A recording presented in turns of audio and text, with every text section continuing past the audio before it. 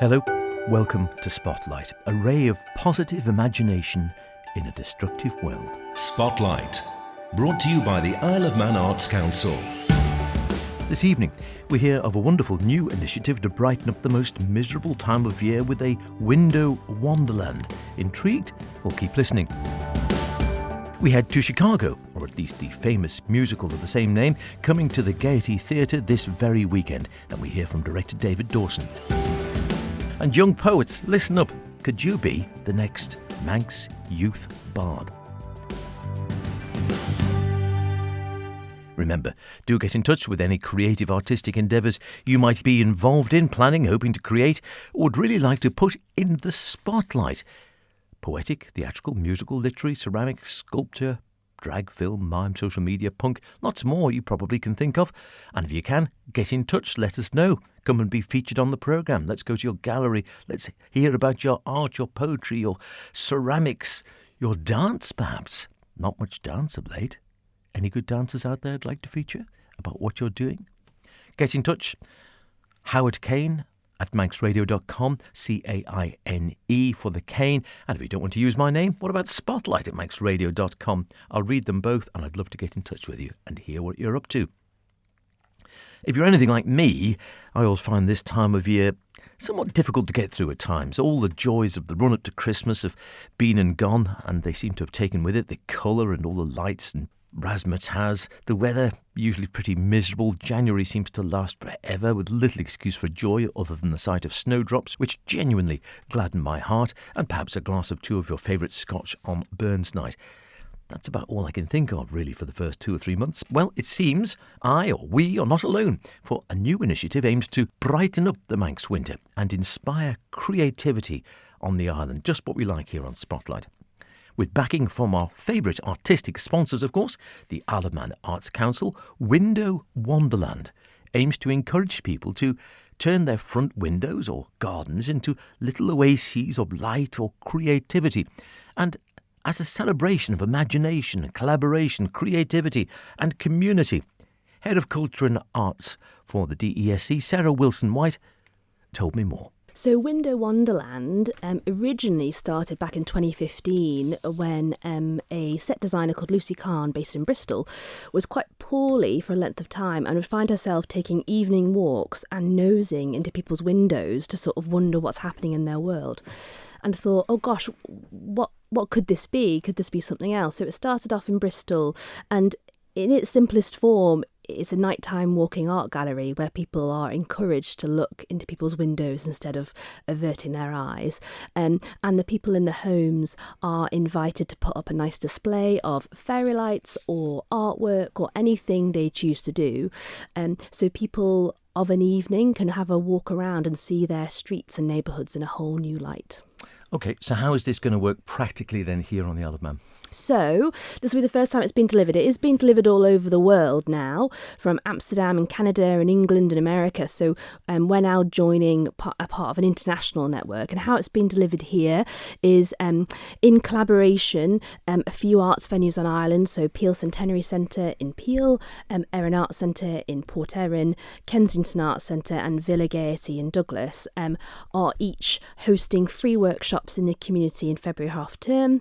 And then they are being the host for the walking trails. So people in Douglas are able to register their home online to become part of a digital map, and then audiences are able to view that on the Window Wanderland website and then take a walk one evening between 5 and 7, between the 6th and the 8th of March, where they're able to have a look around their streets and experience them in a new way.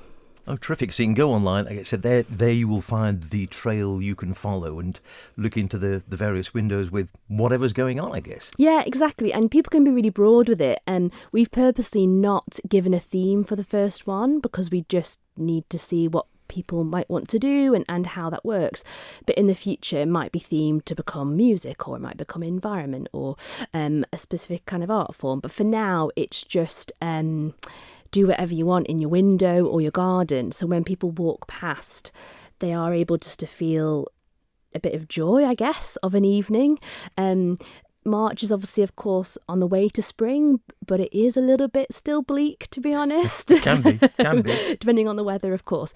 So really, this is just about giving everyone in the community something to do, either by putting up your own window display or experiencing it in your local town, so Peel, Douglas or Port Erin, something to do before spring really comes, but also the Christmas decorations are down now as well. And it's just about having a nice experience, either putting up a window or having a walk around for half an hour before dinner and seeing what everyone else has created. And are you seeing it as a sort of a visual display of sort of static art, or could you perceive the idea? I think it mentioned someone like a sort of living room concert, or someone in their front garden, I don't know, with a sort of band playing, or someone performing or something. Do you know, I am very excited to see what the Manx community come up with. It absolutely can be static. And when I took part in this in Somerset, where I used to live before I moved home to the island, we just put up some nice kind of tissue paper displays with my children, and that was really lovely. But also, I've walked past people's homes and there have been small quartets playing in the living room or in the garden, or people have just got the Christmas decorations out again, or added their Christmas with their Halloween or Hop Tune here and see what happens. So really, it's an open invitation to do whatever you want to do to bring joy, as long as it's family friendly and as long as you're able to display it over those 3 evenings in March. Anything goes. Do you have any idea what sort of size, as in sort of geographical size, you see the trails being? So when you go on the web pages for each location, Peel, Port Erin and Douglas, there already is a ring-fenced map. Because we're not able to do the whole towns, because ideally they are to be walking trails rather than everyone driving for half an hour around their community. So they need to all fit onto an A4 map, so it's easy to be able to see on your phone, and ideally walking distance or very short drives should you need that for any kind of access requirements you have. So when you put your location in, that should form part of the map. In theory, if you are within the kind of Peel area, that should include most of that town, yeah. And also, we were just chatting before, it's sort of, there's a bigger picture here as well, and there's the Island Venue Network, of which you've mentioned some of the members there, the Centenary Centre and the Arts Centre, and this is part of perhaps of a sort of larger collaborative process between all of the island's arts venues. Yeah, so that started back in December 2023. It's a kind of informal but also proactive meeting space once a quarter, so every few months, where each of those venues, along with others, Laxey Institute, Quails Hall have recently joined, the studio at KWC as well. So we all come together every few months to talk about what might be coming up in your venues, in your spaces, any challenges you might be having. And Villa Marina and Gaiety Theatre, as I guess the whales in that pond, or certainly the biggest venues, there is an openness there to talk about some of the changes we're introducing, or potentially some of the acts we're looking to book longer term in terms of different art forms we're exploring. So really it's about those people learning from each other and also sharing that role of advocating for arts and culture in the community. And this is the first project which we're piloting just with a few members initially, but longer term it would be lovely that we all work together on something once a year, because of these spaces on the island. There's a lot to learn from them, certainly for me in my role. They're so important to the community and they're mostly volunteer run. So these people locally in their towns and communities are doing an amazing thing. So anything I can do to help advocate for that, but also to learn from them and to help develop their own kind of spaces. That's part of that work.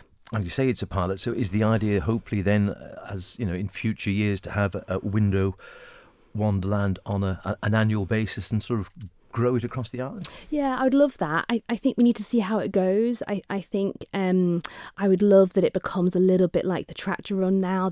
I love the tractor run. I absolutely love it. And I know that's taken a few years to grow, but is now such an impactful, powerful thing, and so creative as well, I think, in terms of the displays that these people are putting on and their kind of machinery in that way. So yeah, I think if it does take hold, it would be amazing that once a year, just before that kind of spring starts to take hold, as you say, we all put something out on our windows. And because it's over 3 nights this year, it's 3 locations. So if you wanted, you absolutely could do Douglas and Port Erin, and you could do Peel as well. But in the future, of course, Ramsey would be amazing to be involved, Castletown. But let's just see how this one goes, because it needs to grow organically to become sustainable. It needs people to want to engage with it. It can't be something that that people are forced to do because it's their own homes, it's their time, it's their choice of ultimately whether or not to engage with it. So it would be lovely if it came back next year, yeah. So just give us the details again of people thinking, you know what, I wouldn't mind doing something for that. So it's completely free to engage with. So there's a couple of ways. You're very welcome to come to a free workshop during February half term. They're on the windowwanderland.com website under Peel, Port Erin or Douglas. And there you can bring your window measurements along and actually help learn how to design your window with one of the artist facilitators who are doing that within the arts venues, and then register your home, which won't be listed as a full address but just the broad location on the street. Register your home on the Window Wanderland, Peel, Port Erin or Douglas page, and then between the 6th and 8th of March leave the light on in that window, and let people enjoy it as they walk past, and also get out of your own house and have a walk as well and see what else people have created. And please tell your neighbours, because this will be successful by word of mouth and people saying, oh, I'm gonna stick a guitar in my window and put some music on. What are you gonna do? So please engage with it. It's free. Have fun, have a walk, and see what else everyone creates. What a great idea it is. I do hope you'll think about getting involved. Sadly, Cronkyvonty a bit far out for the pilot trails for the Window Wanderlands this year, but who knows in years to come. Just have to be careful wandering down the Cronkyvonty Strait, perhaps. Those workshop dates again, 17th to the 21st of this month, February. The Window Trail evenings themselves, 6th, 7th and 8th of March. I'll definitely be checking one or more of them out. You can get more details if you want from Martin Kane at the Isle of Man Arts Council. You can email Martin, martinkane@gov.im, and that's Martin, MARTYN .Kane, CAIN at gov.im. And I'm sure he'll be willing to help.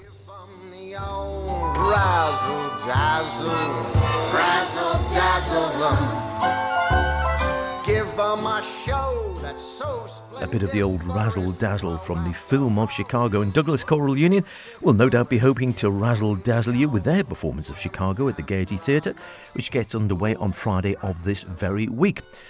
Director David Dawson told me that whilst most people are very familiar with the name of the show and perhaps some of the numbers, not everyone realises it's not a totally fictional tale. They'll never know you're just a bagel. It's actually based on a true story, which a lot of people don't realise. This is what happened in Chicago in the 1920s, and it is about a very, very much at the time. We all know about the Roaring '20s, the turn of that decade where it was more about having fun and glamour and glitz, and actually maybe the fake side to celebrity and power and such, and it was very much the darker side of or the sleazy side of the kind of swing-easies and speakeasies, to say, and the houses where you could go and have a few drinks and have a bit of a dance. And it comes from murderers of the time, but focuses on female murderers, killers of the time. And the lady who actually wrote the original kind of play version wasn't keen originally on it becoming a musical, because she felt, oh, maybe we'd be kind of celebrating these murderers in a way. But she passed away many years ago now, and it became a musical. As soon as that happened, the rights were bought, and it became a musical. And it's quite a dark look in many ways of society, and it kind of works in a sense of mirrors today. I think when how we kind of look at celebrities and who's out there and who we kind of raise up and view as the kind of the big hits of the world. And yeah, it follows Roxy Hart and Velma Kelly, and Roxy is being sent to prison for murder, and she meets Velma Kelly, who's in there, and they are trying to find a way out. And they both have a lawyer, Billy Flynn, who is a bit of a wheeler dealer himself. and it follows their story, and we meet a lot of interesting characters. But yeah, the underlining kind of current of it is where we put our faith in people, where we look to people, and how we raise them, and how we also hide the kind of darker sides of humanity through glitz and parties and such. So a lot of layers to Chicago, which makes it really interesting for the actors to play, and really interesting to watch and follow. And so how do you, I mean, when you're sort of taking on the directing of a show like this, yes, you can look at the film, you can read the book, you can look at maybe previous productions and such like, but then how do you decide how you're going to tackle it? Because you don't want to just do a carbon copy of someone else. I assume you want to sort of give it your own stamp. We've actually built the set ourselves, so we went straight in at the base level. Right, well, let's start before we start looking at where we're placing the bodies. Let's see how we're going to do this, and we've created our own set, which I won't give anything away, but it's right. Looking very nice. But for me personally, I think the power of storytelling comes from the truth of your characters. And at the end of the day, these people, yes, we're not all murderers. People who come in to watch will not know that situation probably. But we can show the emotion, and we can show the people behind it and their feelings. We've all wanted to be felt. A lot of us have wanted to seek that fame. A lot of us have wanted to feel noticed and feel heard. So it's very easy to take those emotions and then just look at that and start to build the characters in that. Yes, you can look at, you can do your research. You can find out why it was written, where it was from, and who these people actually really were. But I think the best part is you just want to get the emotion across. You want to get the people across, and as long as you can show that emotion and show those relationships on stage, I think the audience will love it, because they're going to connect with something that they feel and see. And that's where it is. I always kind of say to the people I'm working with, you're after a truth. You want to see the constant emotional change, because everything they come up with is meant to be a fresh thought and idea. So you're always pushing for, where has that fresh thought come from? What was the emotion behind that? And I feel that just drives any show, and that's what I've done with all the shows. Yes, there's lots of information out there for many shows, but if you can be the most knowledgeable person on a topic, but if you're not getting humanity right, then it's not going to wash with the audience. They're not going to connect. They're going to feel it's slightly off. We all know when something doesn't feel real to us, and it just jars us. You want people to get lost in a story. So that's kind of what I try and push for, is trying to get that emotion and relationships across more than anything. Presumably the director has to work pretty closely with the choreographer to get the overall image of what he wants on stage. You do, and without having to kind of step on toes, no pun intended on that, but you don't want to be taking away from the creative ideas of the music director or the choreographer, but it's my job to make sure the story's getting across. That's it cannot become a dance show. It is a story. We're here to watch the story of Chicago, and the dancing elements and the singing is all additional and adds to that, and hopefully should complement, not take away.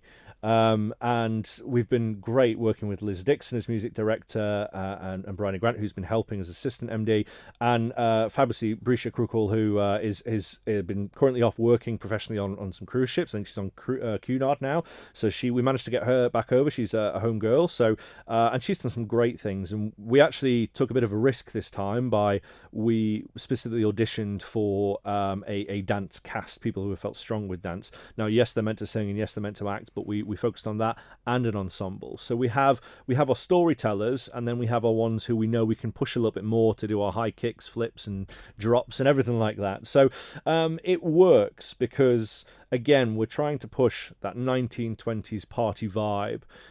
So you have that feeling of the dancers don't feel out of place when suddenly they're coming in with a kick line and things. It feels, for those of the Great Gatsby kind of fans and things, it has a feeling of party and jovial kind of sense. So yeah, it's challenging because we all obviously have day jobs, and we don't get much time together to plan.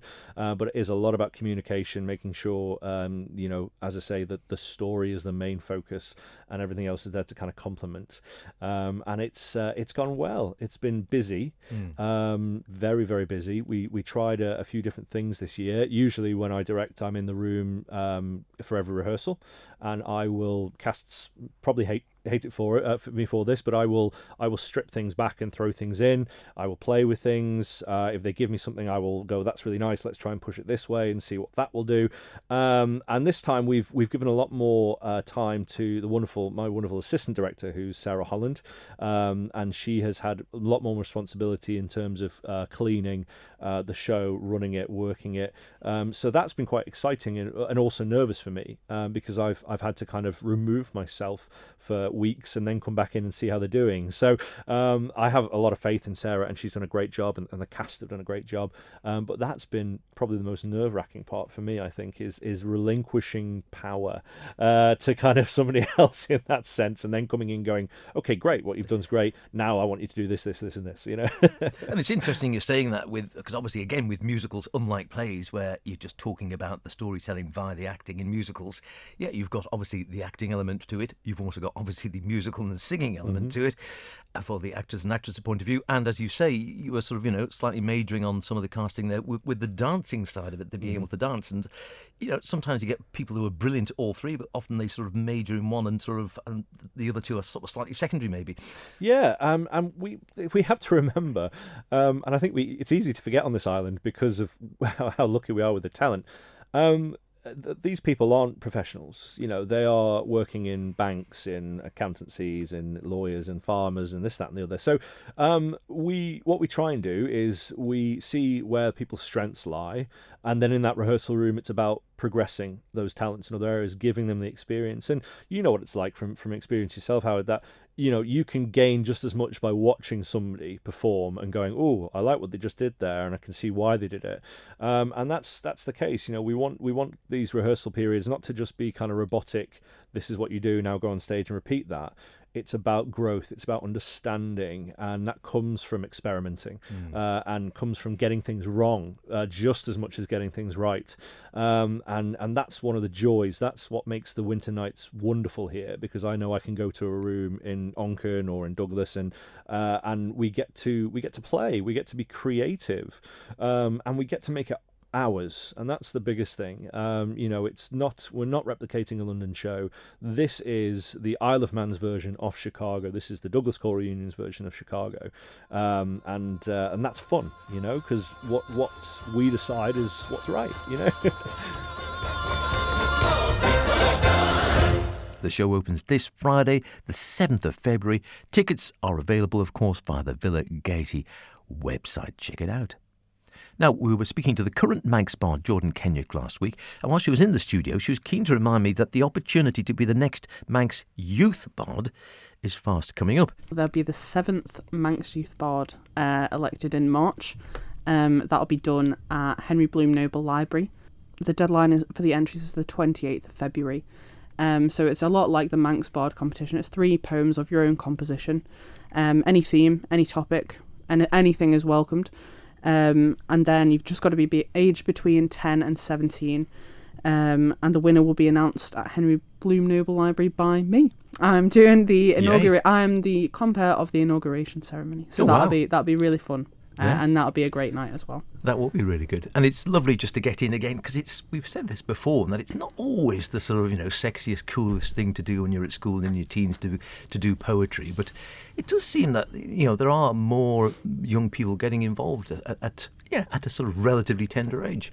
I definitely think that it is becoming a more, socially acceptable thing amongst young people to be involved in poetry. I think it has turned the corner of being labelled as, elitist and a bit airy-fairy. I think now, it is becoming quote-unquote hip again, which is great. I've been asked to come and judge the literature competition at King Will's. I'm really excited about doing that, and, it's an opportunity to speak to children about the Manx Youth Bard and the opportunities it presents. It's, sort of like a predecessor to the Manx Bard. So it's a great stepping stone if that is something you'd be interested in. Obviously, when you surpass 17 and you go on to be eligible for the Manx Bard role. But again, I think it's something that presents so many opportunities for someone looking to get involved in poetry, from a young age, because obviously you've got the support of the Manx Bards as well, and you've got that backing behind you. So that's really great. Nihal sent me a poem the other day via email, and it was fantastic. And I wish I had the talent and creativity that he has at that age. Amazing words. I'd probably be famous and rich now. More famous and rich. More famous and rich, yeah. And I can't remember, but were you a sort of a teenage scribbler? Not even if it was just stuff, you wrote in your diary or whatever the case may be, with no intention of sharing it with anyone else. Did you actually write poetry as such when you were in your teens? Oh yeah, and it was totally full of angst. I think that's where the teenager in me still is pulled towards the darker, more emotional side of poetry, because it was an outlet for me at that age. And I think sometimes that's the case, isn't it? It is an emotional outlet. It really is, and it's such a great thing to teach yourself when you're feeling strong emotions, to get it out on paper, because it's not destructive in any way, but it really does feel like you've got the weight off your shoulder that you're carrying. I think it's a really useful tool, especially for teenagers, obviously navigating the twos and fro's of life and hormones and all the other horrible things you've got to experience at that age. I do think it's a fantastic, healthy outlet for people. Absolutely. And again, I think it's like so many things. If you do it when you're younger, whether it's playing the trumpet or whether it's the violin or the piano or poetry, acting, it's amazing. Even if you might stop for a while as you sort of grow up a bit, it's amazing how you then come back to it and think, oh yeah, I used to sort of do a bit of poetry. And again, I think it's sort of, once you start doing it, it's always lurking away in the background, even if you're not necessarily writing a poem every day of the week. Oh, it's like riding a bike. Yeah. You never forget how to do it. Yeah, exactly. So just give it the date again for that one then, for the Youth Bard. That one is the 7th of March is the inauguration, and the deadline for entries is the 28th of February. And if you want any more info on the rules of the competition, then you can either go to the Manx Bard Facebook page or email manxbard@gmail.com, or just reach out to me or Bridge Carter. Super. That's about it this week. I'll be back next week when we'll be having a little walk around the Nancy Corkish exhibition at the Loom Gallery in Laxey. See you then. And whatever you're doing, be creative about it. Hemo.